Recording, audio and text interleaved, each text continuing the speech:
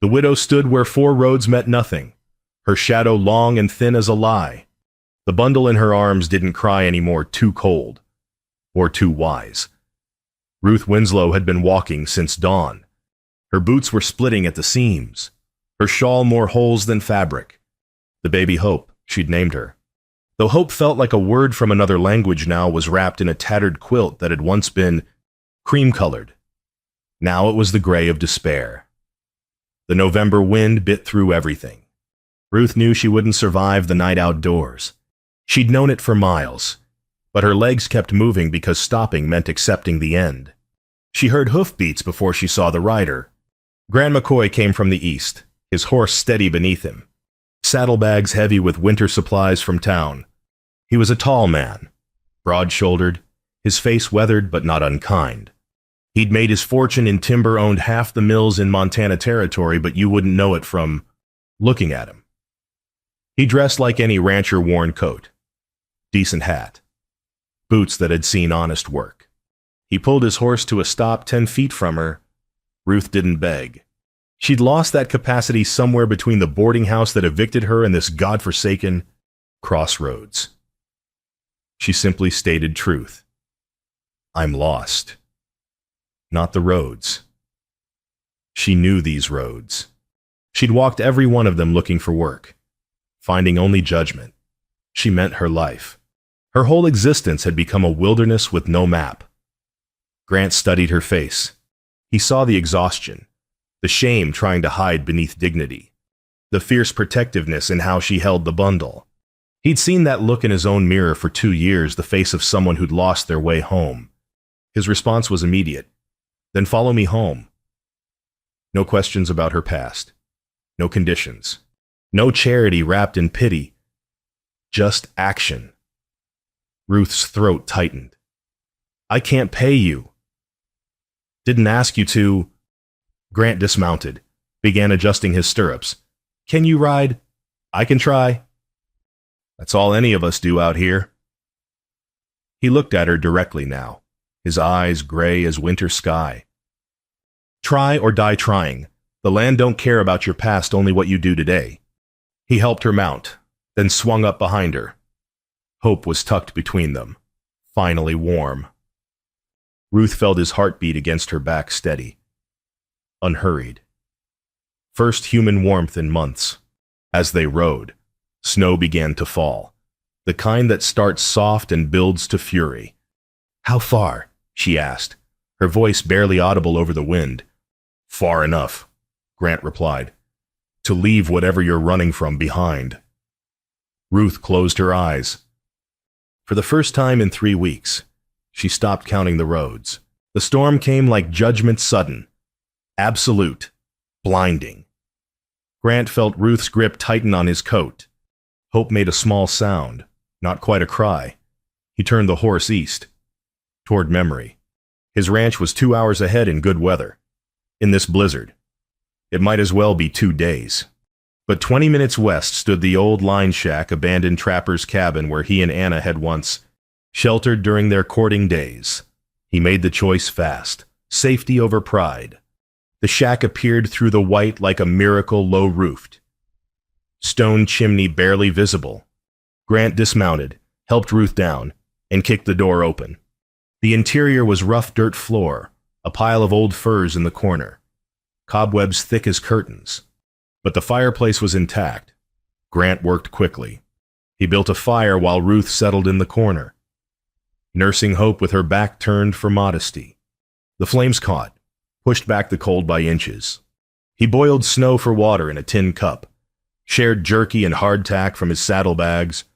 They ate in silence, the kind born of exhaustion rather than discomfort. Ruth noticed the worn Bible tucked in his gear pages marked, edges soft from handling, but he never opened it. You read? She asked. Grant poked the fire. My wife did. I listened. That was enough. Ruth heard the past tense. Didn't press. Out here. You learned quickly some doors opened with questions. Others sealed shut forever. She watched him tend the fire with careful hands. Everything he did was deliberate, unhurried, a man who'd learned patience the hard way. Why would you help someone you don't know? The question came out softer than she intended. Grant glanced at her, then back at the flames. Maybe because I don't know you. Out here, you can't rope a steer from the porch, you've got to get in the dirt. Ruth almost smiled. Almost. What's your name? Grant asked. Ruth Winslow. Grant McCoy. He added another log. Don't need to know more than that till you're ready. That simple respect asking nothing. Offering space cracked something in her chest she'd thought was sealed forever. Ruth fell asleep with Hope on the pile of furs. Their breathing synchronized. Grant sat watch by the fire, his shadow enormous on the wall. The storm howled outside. But inside, for this one night, there was warmth. He pulled out Anna's Bible, ran his thumb over the cover, but didn't open it. Instead, he whispered to the flames, Anna, if you're listening, tell me I'm not wrong. The fire popped, sent sparks up the chimney. He took that as answer enough. The cabin looked like a prayer someone forgot to finish. Ruth saw it through dawnlight neat, solid, lonely. It sat in a clearing surrounded by pines. Smoke rising from the chimney Grant had stoked before they left the line shack. The storm had passed, leaving the world crystalline and brutal cold. They rode in silence. Hope was awake now, wide-eyed, watching snow drip from branches. Grant helped Ruth dismount, pushed the door open. The interior made her chest ache. Everything was clean, functional, but haunted. 2 plates sat on a shelf, one with wear marks, one pristine. A woman's shawl hung on a peg, dust covered like a relic. A rocking chair faced the fireplace, positioned as if waiting for someone who'd never return. Stay till spring, Grant said, breaking the silence. He gestured to a small bedroom off the main room. That was Anna's sewing room. It's yours now. I'll pay wages for housekeeping. No questions asked. Ruth held Hope tighter. Why would you do this? Because this place is swallowing me whole. Grant's voice was matter-of-fact, but his eyes betrayed him. And maybe we both need saving. Ruth set Hope down on the bed, turned to face him. You should know what you're offering shelter to. Don't need to know. Yes, you do. Ruth straightened her spine. I was married at 18. My husband died in a mine collapse when I was 19. The town said I distracted him, made him careless. They whispered I brought bad luck. I couldn't find work. Couldn't keep my home. Hope was born on the road 6 months ago. I've been walking ever since. Grant listened without interrupting. When she finished, he said simply, I built an empire in timber. Married my childhood sweetheart, Anna. Spent so much time at the mills that I wasn't there when she went into labor.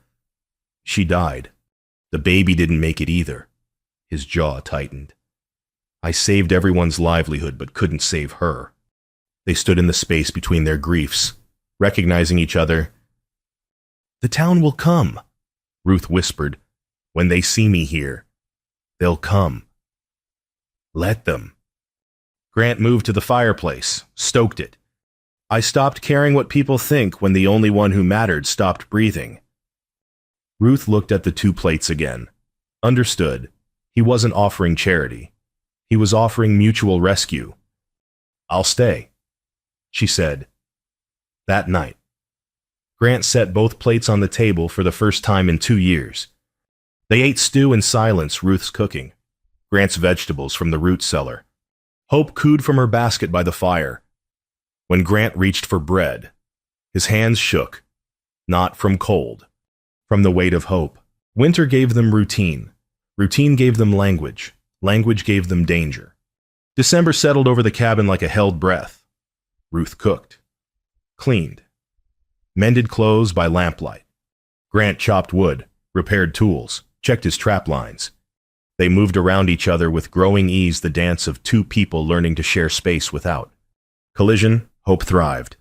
She gained weight, laughed at Grant's shadow puppets on the wall, reached for Ruth's face with fat baby hands. The cabin filled with sounds it had forgotten humming. Footsteps, Life. One evening, Grant sketched something on a piece of bark with charcoal. Ruth leaned over his shoulder. "What's that one cradle?" He showed her the design curved rockers, high sides, a canopy. "Hope's outgrowing that basket." Ruth's throat tightened. A cradle meant permanence. It meant someone believed she'd still be here in spring. "I'd like to help build it," she said quietly. Grant looked up, surprised. "You want to learn carpentry?" "I want to learn not to be afraid of tomorrow." So he taught her. They worked in the woodshed, breath visible in the cold. Grant showed her how to hold a plane, how to let the blade ride the grain. He placed his hands over hers to guide the angle, first deliberate touch beyond necessity. Ruth felt the calluses on his palms, the steadiness of his grip. She felt safe. The cradle took shape, slowly curved runners, smooth sides, a headboard carved with simple flowers. They worked in comfortable silence, the rasp of tools their only conversation. Then the preacher came. Reverend Silas appeared one afternoon, riding a gray mare, his face pinched with cold and righteousness. He stopped for water. Grant provided it with cold courtesy. Silas's eyes landed on Ruth, narrowed with recognition. "Mrs. Winslow. Didn't expect to find you here." Ruth kept her chin up. "Reverend, staying long." "Through winter," Grant interjected, his tone flat. "She's employed as housekeeper." Silas's expression said he believed that like he believed in summer snow. He drank his water, departed with a meaningful look that made Ruth's stomach turn. After he left, she whispered, "He'll talk." Grant was splitting wood, his axe biting deep. "Let him. A man who preaches grace but can't show it isn't worth fearing." He swung again. "A man's word is his bond, and his silence is his shame. I'll stand by mine." That night, Ruth heard Grant in the main room, reading aloud from the Bible haltingly, slowly, stumbling over words. She realized he was teaching himself to read. For her, because she'd once mentioned missing hearing scripture. She pressed her hand to the door, tears sliding silent. Outside, the cradle sat half-finished in the woodshed. Waiting, Hope's fever came with the cold snap, sudden, burning, merciless. Ruth tried everything: cold cloths, willow bark tea, prayers whispered in the dark. But Hope's skin stayed hot as coals, her breathing shallow. Ruth remembered children from her childhood who'd burned like this and never cooled. Grant found her at dawn, pacing with Hope limp in her arms. "How long?" he asked. "Since midnight." He didn't hesitate. "I'm going to town for medicine. It's 20 below out there." Ruth's voice cracked. "Another storm's coming. Then I'll ride fast." Grant was already pulling on his coat, his gloves. "Doctor keeps fever medicine. I'll be back before dark." "Grant, you could die." He cupped her face with one gloved hand, made her look at him. "And if I don't go, she might. That's not a choice." He rode out into cold that could stop a man's heart. Ruth waited. She walked circles around the cabin, held Hope, sang every lullaby she knew. She prayed to a God she wasn't sure listened anymore. She watched the window for a rider who might never return. Hours blurred together. The storm hit at noon, not as bad as feared, but bad enough. Ruth's breath came in gasps. She'd sent him to his death. Just like everyone said, she brought ruin to men who helped her. Then near midnight, hoofbeats. Grant stumbled through the door, his face gray with exhaustion and frostbite. Ice clung to his beard. His hands were swollen, clumsy. But he held out a small bottle. Doctor said 2 drops every 4 hours. Ruth administered it with shaking hands, then turned to Grant. His fingertips were white, his cheeks blotched. She pulled him to the fire, unwrapped his gloves. His hands were frostbitten, not severe but painful. She rubbed them gently, breathing warm air over his skin, weeping. "Why would you risk this?" she whispered. "For us." Grant's teeth chattered, but his eyes were steady. Because you're not lost anymore, Ruth, and truth is, neither am I.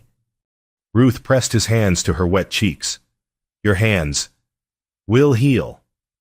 He smiled faintly. Just like the rest of me has been healing, since you walked into that crossroads. Hope's fever broke by morning.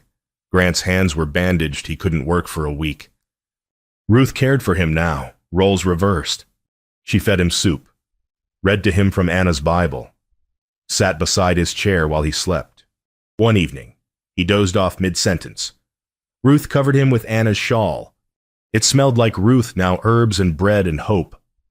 Not dust. Grant didn't wake, but his breathing steadied. Outside, the cradle sat in the woodshed, still unfinished. But something else was being built, slower and stronger. They came with the thaw of 5 men on horseback, riding like they owned righteousness itself. Ruth saw them first through the window. Her stomach dropped. She recognized the sheriff's badge, the preacher's black coat, the banker's expensive saddle. Grant. Her voice was steady, but her hands shook. They're here. Grant stepped onto the porch as the men dismounted. Sheriff Tom Briggs, Reverend Silas, and Warren Kent, the banker who'd been trying to buy Grant's timberland for 2 years. 2 other townsmen flanked them, faces hard. Warren spoke first, his smile sharp. Mr. McCoy, we've heard some troubling rumors. That's so. Grant's voice was flat.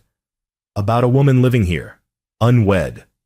Warren's eyes flicked to Ruth in the doorway, holding hope. We know you're a man of means. But this woman, she has a reputation. The whole territory knows about her husband's death. How she distracted him. How ruin follows her. Reverend Silas stepped forward. Grant, we're here as friends. Do right by her, marry her proper, or send her away.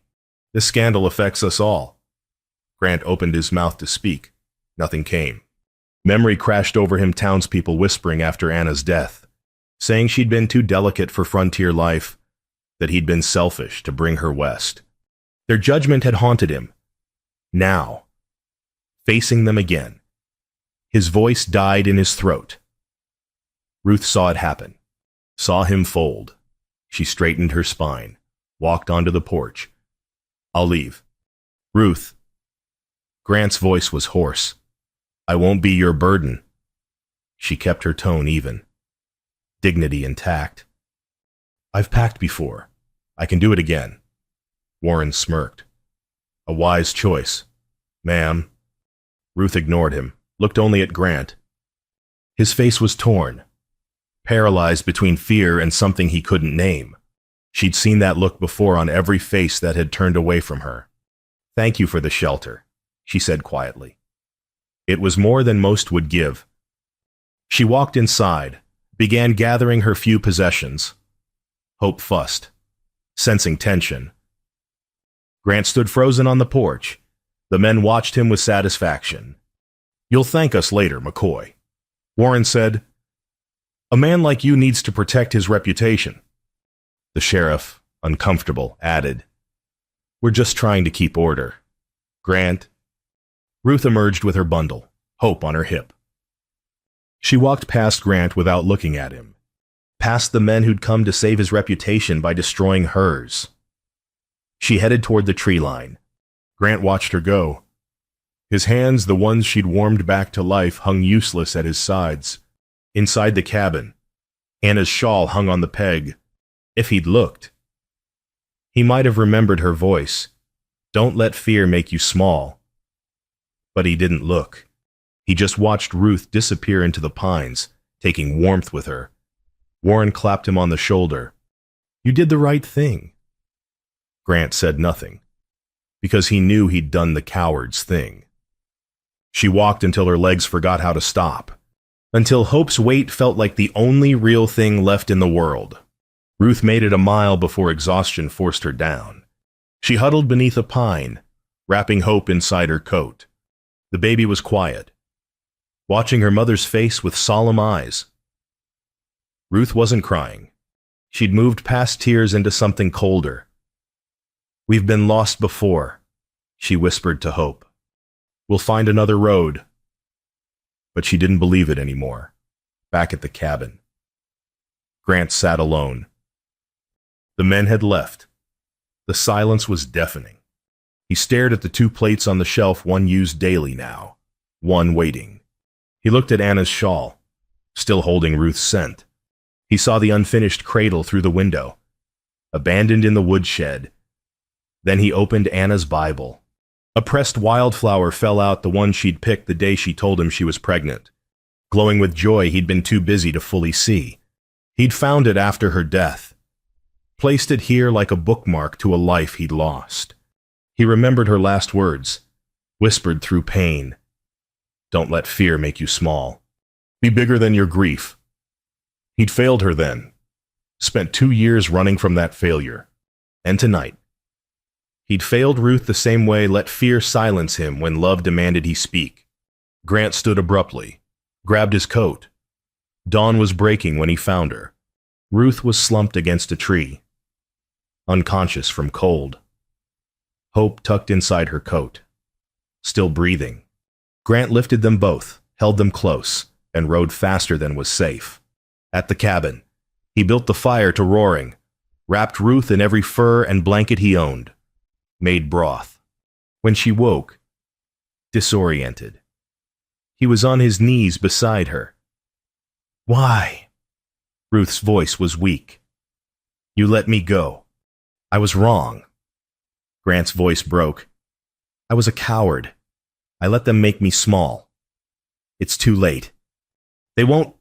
Ruth Winslow, listen to me. He took her hand, the one that had warmed his frozen fingers. I was lost too. You led me home.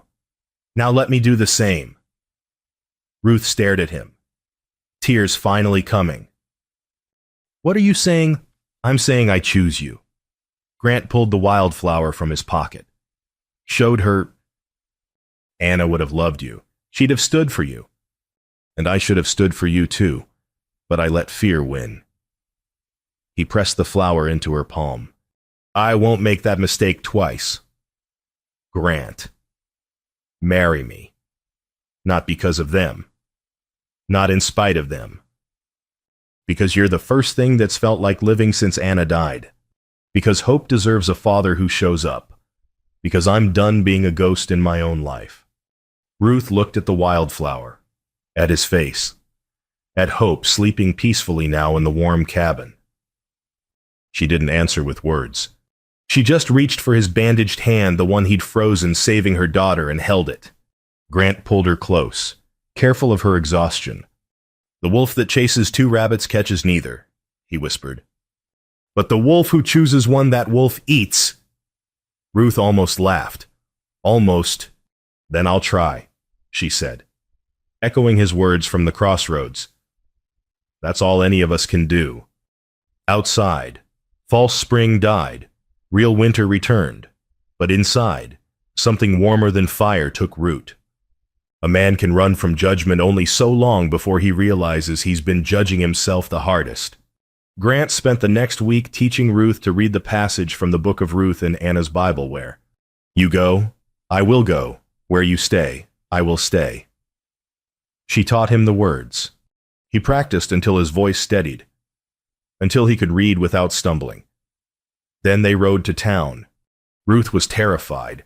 Hope was bundled between them, warm and healthy. Grant was resolute. If they want to judge, he said, they'll judge us both. It was market day. The town square bustled with wagons and voices. Grant dismounted in front of the general store, the town's heart. Where everyone gathered, a crowd formed quickly. Curious faces, judgmental faces, Warren Kent's smug face. Grant helped Ruth down, kept her hand in his. Warren stepped forward.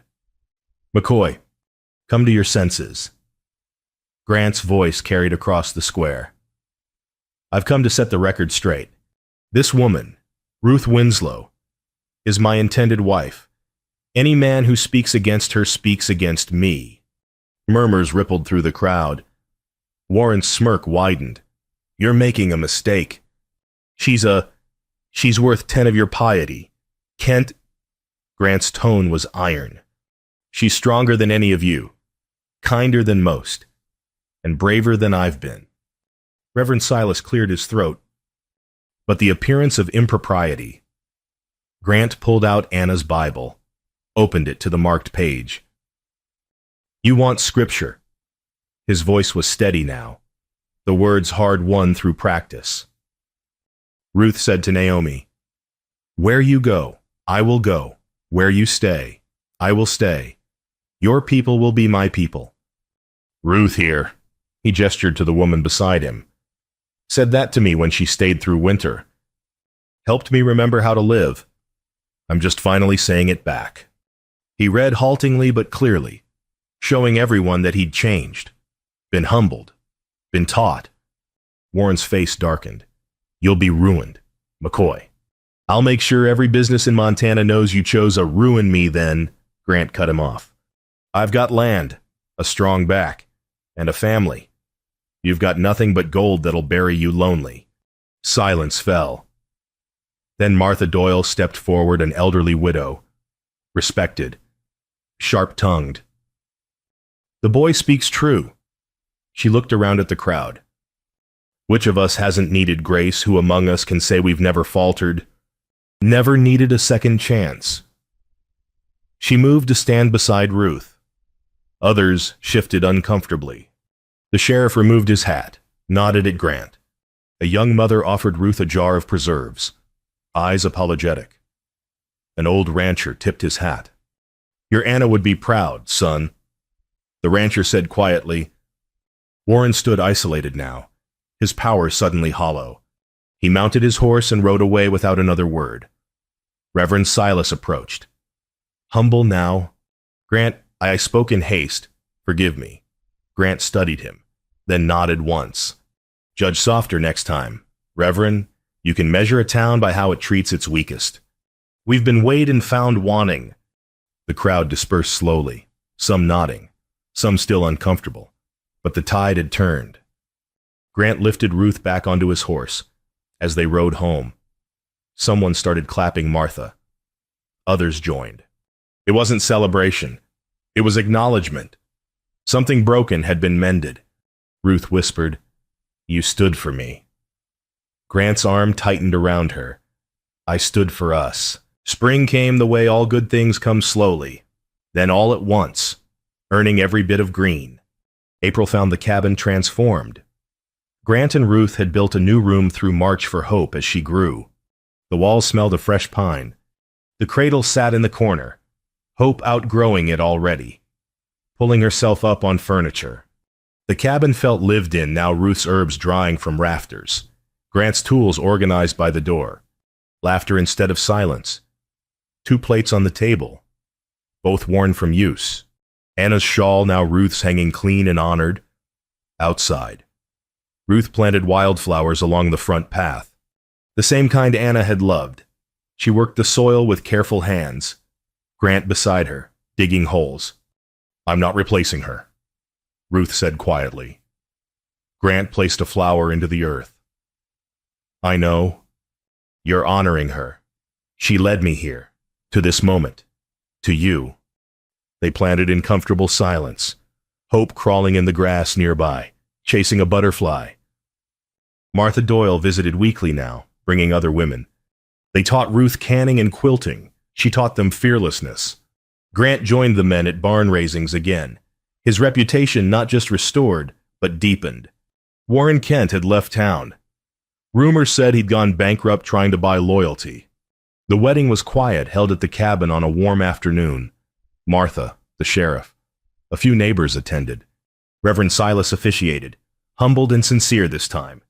Hope laughed through the vows, reaching for flowers. Grant spoke his vows with steady voice. Ruth, you asked me once why I helped you. Truth is, you helped me. You showed me that home isn't a place, it's choosing someone every day, even when it's hard. Even when fear says run, I choose you. Ruth's voice was clear. Grant McCoy, you gave me a road when I had none. Showed me that being lost isn't the end. Sometimes it's the beginning. I'll walk with you till there are no more roads left. Martha smiled, eyes wet. Hannah's smiling somewhere. I'd bet money on it. Evening found Grant and Ruth on the porch in 2 rocking chairs he'd built the second one last week. Hope crawled in the grass, determined and fearless. 2 plates were visible through the open door, both used, both cherished. The wildflowers bloomed Anna's and Ruth's side by side, roots tangled together underground. Grant watched the sunset paint the mountains gold. You know the way home now, Ruth.